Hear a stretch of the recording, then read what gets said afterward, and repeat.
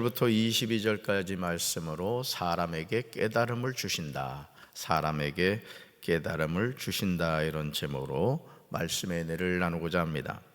욥기 31장 40절 하반절을 보시면 욥의 말이 그쳤다는 내용이 나옵니다. 그렇다면 욥을 인과응보의 관점에서 끊임없이 정죄하였던 엘리바스, 빌닷, 소발의 말은 어디에서 그쳤을까요? 욥기 25장에서 빌닷의 말로 마무리가 되었습니다. 이제 욥의 말도 그치고 욥의 세 친구의 말도 그친 상태입니다. 욥기 32장 1절에서 욥이 자신을 의인으로 여김으로 그 세 사람이 말을 그쳤다고 기록하고 있습니다.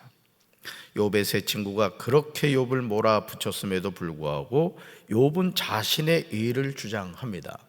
우리는 욥의 세 친구인 엘리바스와 빌닷과 소발이 욥을 정죄하는 내용이 진실하지 못하다는 사실을 알고 있습니다. 우리가 어떻게 알았죠? 욥기 1장을 통해서 하나님이 욥을 의인으로 또 칭찬했던 그 내용을 여러분 기억하실 겁니다. 그래서 제가 욥기를 새벽마다 말씀을 나누면서 욥기 1장을 잘 이해하지 않으면 2장부터 나오는 내용을 우리가 오해할 수 있다, 이제 그런 말씀을 드렸죠. 자신들이 이제까지 배워왔던 전통적인 견해와 일반적으로 사람들이 가지고 있는 관점에서 벗어나지를 못하고 욥을 정죄만 하였던 것이죠. 그러니까 오늘 우리가 나름대로 지혜롭게 세상을 산다고 하지만은 내가 갖고 있는 관점, 생각이 전통적인 견해 또는 일반적인 사람들이 가지고 있는 관점에 매여 있지 않은가, 우리는 자신을 살펴보아야 합니다. 그러나 욥은 자신의 삶에 임한 고난에 대해서 계속해서 뭐라고 고백하죠? 같이 읽습니다. 하나님이 나를 공평한 저울에 달아보시고 하나님이 나의 온전함을 아시기를 바란다. 아멘. 욥이 이렇게 당당하게 말할 수 있었던 이유는 그는 하나님 앞에서 신실하게 살았기 때문이에요. 그러니까 오늘 우리가 이 코람데오, 하나님 앞에서 우리가 알잖아요. 내가 하루를 어떻게 살아가고 있는지, 또 이제까지 내가 어떤 인생을 살아왔는지 나도 알고 누구도 알아요. 하나님도 아시는 거죠. 그러니까 우리가 평소에 하나님과의 이런 영적 교제를 통해서 오늘 욥과 같은 당당한 고백을 할 수 있어야 되는 것이죠. 사랑하는 성도 여러분, 욥기 23장 10절에서 욥이 했던 말을 기억하십니까? 같이 읽습니다. 그러나 내가 가는 길을 그가 아시나니 그가 나를 단련하신 후에는 내가 순금같이 되어 나오리라. 아멘. 이 그러나의 신앙이 제가 중요하다고 언젠가 말씀드렸어요. 내 삶이 전혀 내가 기대했던 것과 같지 않고 알 수 없는 인생의 고난과 역경이 다가올 때 그러나 할 수 있는 그런 우리 신앙인이 돼야 된다는 거예요. 그러나 내가 가는 길을 누가 아신다? 하나님이 아신다. 욥은 자신이 가는 길을 하나님이 아신다고 지체하지 않고 대답하고 계십니다. 여러분, 여러분의 삶도 하나님이 아시는 줄로 믿습니다. 얼마나 멋진 모습입니까? 자신의 삶에 말할 수 없는 고난과 고통이 임했지만 욥은 그러나 내가 가는 길을 하나님이 아신다고 고백하고 있습니다. 그리고 자신의 삶에 임한 고난은 하나님이 나를 단련하신 후에는 내가 순금같이 되어 나오게 되는 과정이라고 이야기하고 있습니다. 이 세상 어느 누가 이런 고백을 할 수 있겠어요? 그래서 사실은 욥기 1장과 마지막 장을 이렇게 읽어보면요, 너무너무 멋진 내용이거든요. 그렇죠? 그런데 2장부터 그 전장까지, 마지막 전장까지 보면은 뭐 말할 수 없는 인생의 고난을 당하는 것을 보게 되죠. 우리 삶에 예기치 않는 고난과 역경이 다가올 수 있습니다. 물론 자신의 잘못으로 비롯된 고난과 역경일 수도 있습니다. 하지만 자신과는 전혀 상관없이 일어나는 고난과 역경일 수 있다는 것이죠. 이때 우리는 나를 단련하시는 하나님을 만나야 돼요. 그래서 여러분, 그 흔들리지 않고 피는 꽃은 없다, 이런 그 시도 있습니다만은 우리 삶에 흔들림이 없지 않잖아요. 그렇죠? 누구나 흔들립니다. 그렇지만 그 흔들린 가운데서도 꽃이 아름다운 향기를 내면서 피듯이 우리 삶도 마찬가지야. 우리가 흔들리면서 살아가지만, 그렇지만 누가 우리를 붙잡고 계시다? 하나님이 붙잡고 계시다. 나를 단련하신 하나님 만나시기 바랍니다. 그렇지 않으면 우리는 하나님이 나를 단련하신 후에 내가 순금같이 되어 나오게 하시려는 하나님의 계획과 뜻을 망가뜨릴 수 있다는 것이죠. 모든 고난과 역경에는 하나님의 선한 뜻이 숨겨 있습니다. 저도 이렇게 기타를 쳐보면 말이죠, 이 손가락이 엄청 아픕니다. 이게 안 치다가 또 치면은 이게 구둑살 만들어지기까지 또 아프죠. 그렇죠. 어느 정도 기간이 되면 다시 연주를 할 수 있단 말이죠. 우리가 이 세상 살아가는 가운데도 마찬가지라는 것이죠. 이것을 잘 깨달으면 고난은 놀라운 디딤돌이 됩니다. 저는 여러분의 삶에 고난이 걸림돌이 되지 말고 디딤돌이 되기를 주님의 이름으로 축원합니다. 욥기 32장 2절과 3절에서 엘리후가 등장하여 화를 내는 장면이 나옵니다. 그렇다면 엘리후가 화를 낸 이유가 무엇일까? 엘리후는 누구에게 화를 내는 것일까요? 엘리후는 욥에게 화를 냈고 욥의 세 친구에게도 화를 내고 있음을 보게 됩니다. 엘리후가 욥에게 화를 낸 이유는 욥이 하나님보다 자기가 의롭다고 하였기 때문입니다. 엘리후가 욥의 세 친구들에게 화를 낸 이유는 그들이 능히 대답하지 못하면서도 욥을 정죄하였기 때문입니다. 다시 말해서 욥의 세 친구는 욥을 정죄하려고만 했지 욥이 하는 말에 대해서 변변한 대답을 하지 못했기 때문이에요. 아주 정확하게 보였던 거죠. 그 왜 그럴 수밖에 없었죠? 욥의 세 친구는 권선징악과 인과응보의 관점에서 벗어나질 못한 거예요. 그러니까 오늘도 우리가 나는 똑바로 봤다, 내가 정확하게 봤다, 하지만 내가 바라보는 것에는 한계가 있다는 거죠. 여러분, 시력이 어떻게 되십니까? 사람이 시력이 아무리 좋아도 2.0까지 간다 그래요. 저 몽골 사람들은 하도 광야에서 이렇게 멀리 바라봐가지고 2.0인가 이렇게 된다 그래요. 대단한 시력이죠. 그렇지만 그 이상은 보지 못하잖아요. 하늘을 나는 독수리만큼 봅니까? 그러니까 오늘 우리가 내가 바라보는 것이 항상 뭘 인정해야 되느냐? 한계가 있구나, 이걸 깨달아야 돼. 그 누군가에 대해서 오해할 때도 내가 보지 못하는 부분이 있을 수 있구나, 이런 생각을 가져야 된다는 것이죠. 엘리후는 욥의 태도가 하나님의 성품과 좋은 일을 위태롭게 하는 불경건한 교만임을 알고 하나님을 위해 변호하고자 나선 것입니다. 세 친구는 욥의 문제나 잘못을 바로 지적하지 못하면서도 오히려 무리한 연설만 늘어놓는 단견과 편견 때문이라는 것이죠. 욥기 32장 4절을 보시면요, 욥과 욥의 세 친구에게 화를 내는 남족 속 부수 사람 바라겔의 아들 엘리후가 욥이나 욥의 세 친구보다 나이가 어린 것을 알 수 있죠. 그들의 나이가 자기보다 여러 해 위라는 내용을 볼 때 나이 차가 많았던 것 같습니다. 그러나 욥이 하는 말에 대해서 또 세 친구의 입에서 대답이 없음을 보고 그제서야 엘리후가 화를 내는 것이죠. 엘리후는요, 욥기 33장 17절에서 이렇게 지적합니다. 같이 읽습니다. 고난에 의하여 정화되어야 할 욥의 죄를 교만이다, 이렇게 지적을 해요. 고난에 의해서 어떻게 된다? 정화되어야 된다. 정화되어야 된다.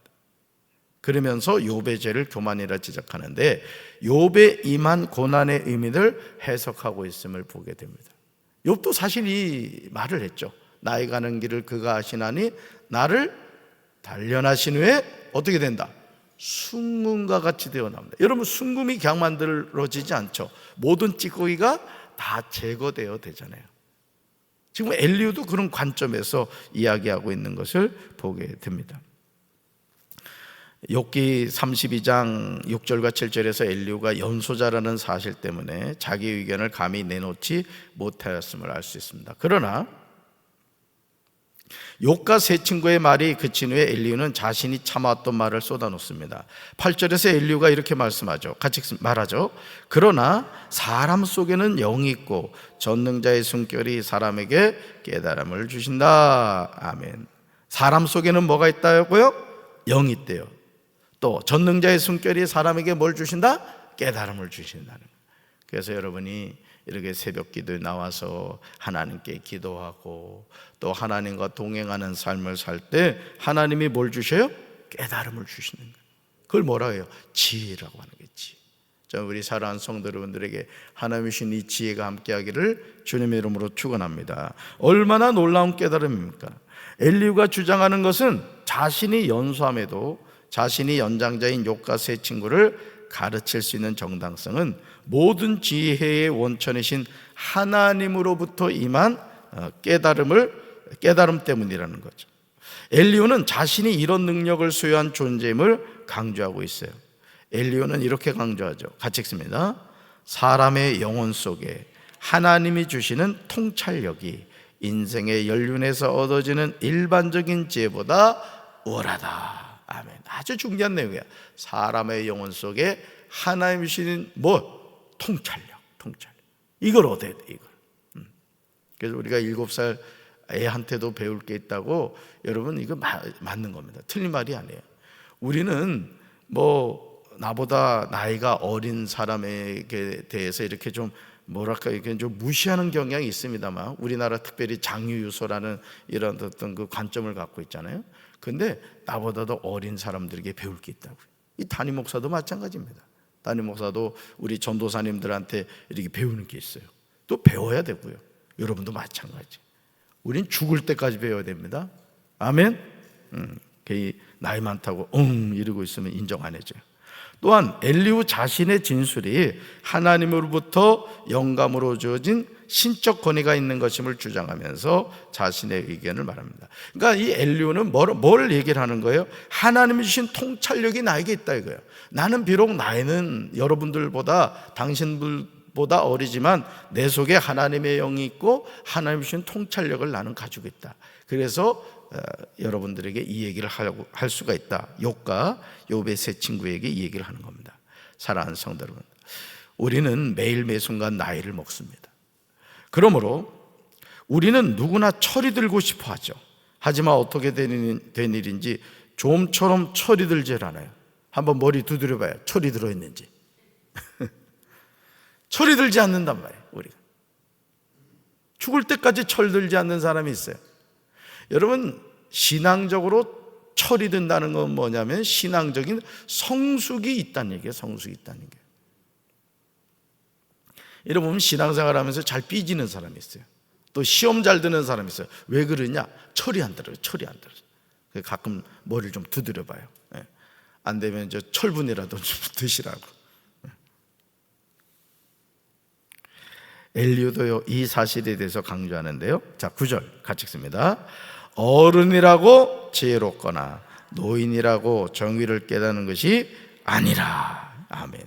어른이라고 지혜롭거나 노인이라고 정의를 깨닫는 게 아니라는 거예요. 이것이 나이 듦을 경험하는 이들의 고민이죠. 그렇죠? 저도 이렇게 나이를 이렇게 먹어가면서 제가 요즘 이렇게 가끔 깜짝깜짝 놀라는 게, 내가 이제 환갑이 몇 년 남았구나 이 생각하면은 아찔해. 저는 그날이 안 오리라는 거였거든요. 그런데 자꾸 진짜 그 회갑의 연수가 가까운단 말이에요. 뭘 아멘이야. 또 이제 10년도 안 남았다니까. 10년도. 세상에. 여러분, 제가 그렇게 보여요? 대답 잘해야 돼. 이건 잠이 확 깨죠. 그런데 여러분, 하루하루 우리가 어떻게 해요?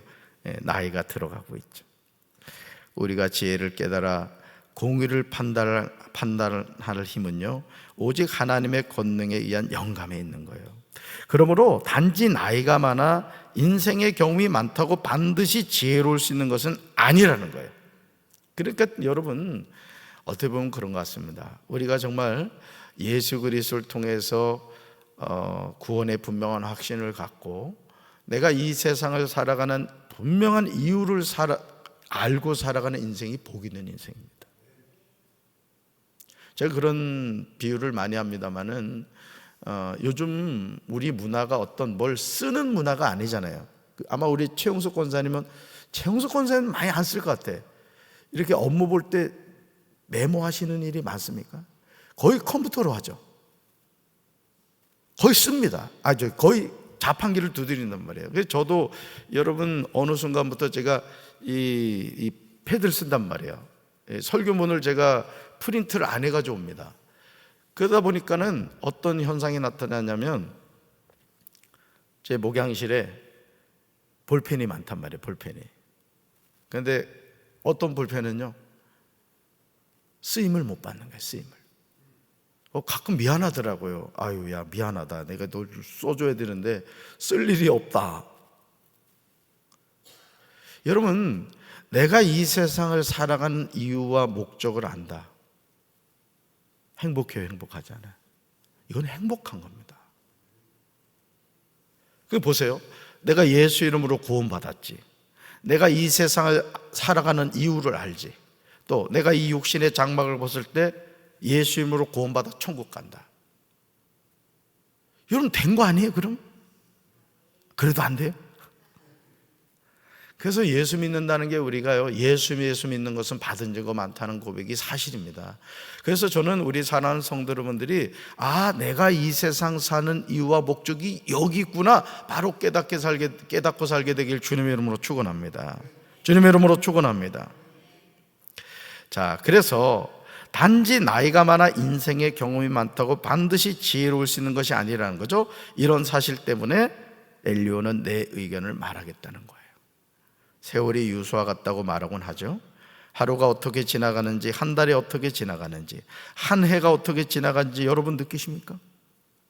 2월 1일 월삭 축복 새벽기도 시작한 지가 엊그제 같단 말이에요. 오늘이 며칠이요? 몰랐지? 2월 6일이라고. 어제 저는 그냥 목양실에서 하루 종일 설교 준비했습니다. 설교 준비하다 보면 월요일이 그냥 훅 지나가. 여러분 제가 조금 말씀드리면요 이제 좀 지나면 2월 말 됩니다. 우리가 살아가는 시간이 그렇다는 것이죠. 이것이 우리 짧은 삶이에요. 그러므로 엘리후의 고백처럼 같이 읽습니다. 그러나 깨닫고 보니 사람에게 슬기를 주는 것은 사람 안에 있는 영 곧 전능하신 분의 입김이라. 이걸 알고 살아야 되는 거예요. 그러나 깨닫고 보니 사람에게 슬기를 주는 것은 사람 안에 있는 영 곧 전능하신 분의 입김이라. 그러니까 여러분 내 안에 성령님이 계시다는 것은 복받는 인생인 거예요. 할렐루야. 그래서 여러분 우리가 성령님과 동행하며 살아갈 때요 우리가 우울할 수가 없는 거예요. 항상 기뻐하게 되고, 두 번째 쉬지 말고 기도하게 되고, 세 번째 범사에 감사하며 사는 거예요. 이것이 그리스도 예수 안에서 너희를 향하신 하나님의 뜻이라고요. 믿습니까? 오늘도 그 하나님과 동행하는 삶을 사시기를 주님의 이름으로 축원합니다. 따라합시다. 주님이 나와 함께 하십니다. 내 인생은 복받은 인생입니다. 우리 가정은 복받은 가정입니다. 우리 교회는 부흥합니다. 우리나라는 하나님이 지켜주십니다. 아멘. 그 하나님 누구 하나님? 나의 하나님. 가슴에 손 얹겠습니다. 사랑의 주님, 가장 젊은 엘리후가 욥과 욥의 세 친구를 향하여 이야기하고 있습니다. 엘리후가 이야기할 수 있었던 이유는 그의 안에 하나님의 영이 함께 하셨기 때문입니다. 오늘 우리가 이 세상 영원히 살지 못한다는 거 알면서도 근심 걱정 염려에 빠져서 살아가는 사람들이 얼마나 많습니까? 많은 사람들이 우울증에 빠져서 인생을 즐기지 못하고 감사하지 못하고 살아가는 이들이 얼마나 많습니까? 오늘 우리는 어떻습니까? 우리는 하나님께 감사하고 있습니까? 항상 기뻐하고 있습니까? 쉬지 않고 기도하고 있습니까? 하나님의 뜻이라고 분명히 말씀해 주셨는데도 우리는 그것을 깨닫지 못합니다. 주님, 오늘도 다시 돌아오지 못할 이 소중한 하루 말씀 붙잡고 믿음 안에서 승리하며 살아가게 하옵소서. 예수님 이름으로 기도합니다. 아멘.